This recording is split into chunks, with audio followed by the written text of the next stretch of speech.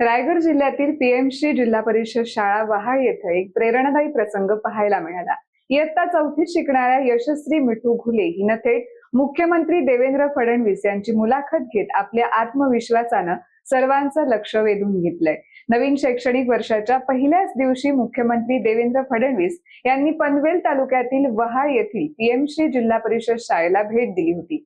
यावेळी विद्यार्थ्यांशी संवाद साधताना यशस्वीला मुख्यमंत्र्यांची मुलाखत घेण्याची ही संधी मिळाली। या प्रवासाची सुरुवात ही एक विद्यार्थी चळवळीतून झाली। अखिल भारतीय विद्यार्थी परिषदेमध्ये विद्यार्थ्यांचे प्रश्न सोडवून मी इथपर्यंत आलो। आपल्या सामाजिक कामात कोणती मुख्य आव्हाने आली आणि त्यातून आपण कसे मार्ग काढले? कुठल्याही सामाजिक कामात आव्हान असतातच। जेव्हा तुम्ही समाजाकरता काहीतरी करायचं असतं त्यावेळी प्रत्येक ठिकाणी जी व्यवस्था असते ती आपल्याला बदलावी लागते। व्यवस्था बदलताना त्याच्यामध्ये अडीअडचणी येतात। पण आपल्यासमोर किती मोठे मोठे आदर्श आहेत। छत्रपती शिवाजी महाराजांचा आदर्श आहे, ज्यांनी स्वराज्याची स्थापना केली।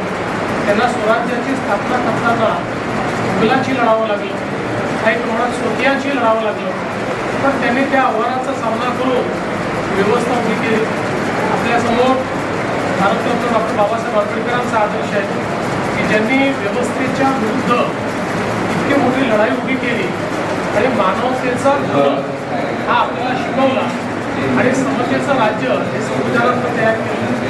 त्यामुळे तिथेही आपण जेव्हा व्यवस्थेचा विचार करतो त्यावेळी त्याच्याशी संघर्ष करावा लागतो। पण चांगलं काम जर आपण केलं तर चांगल्या कामामध्ये आपण यशस्वीच होतो, कधी अयशस्वी होतो। असे खूप अनुभव आहे, पण आजचा अनुभव जास्त लक्षात राहील तू घेतलेली मुलाखत। आजच्या डिजिटल युगात आपण शिक्षण क्षेत्रात कोणते बदल करू इच्छिता? मला असं वाटतं की डिजिटल शिक्षण खूप महत्त्वाचं आहे आणि आज या शाळेमध्येच एक अतिशय सुंदर डिजिटल लॅबचं मी उद्घाटन केलं की इंटरॅक्टिव्ह आहे। याच्यामध्ये विषय देखील आपल्याला दृकश्राव्य माध्यमातून पाहायला मिळतो। त्याच्यानंतर त्याच्यावर प्रश्न देखील आपल्याला विचारता येतात आणि त्याच्यावर आपल्याला परीक्षाही देता येतात। मला असं वाटतं की आता डिजिटल युगामध्ये डिजिटल शिक्षण हे अत्यंत महत्त्वाचं आहे। प्रत्येकाकरता डिजिटल शिक्षणामुळे शिक्षणाची दारं उघडलेली आहेत आणि जगातली कुठली गोष्ट ही आता आपल्याला शिकता येते।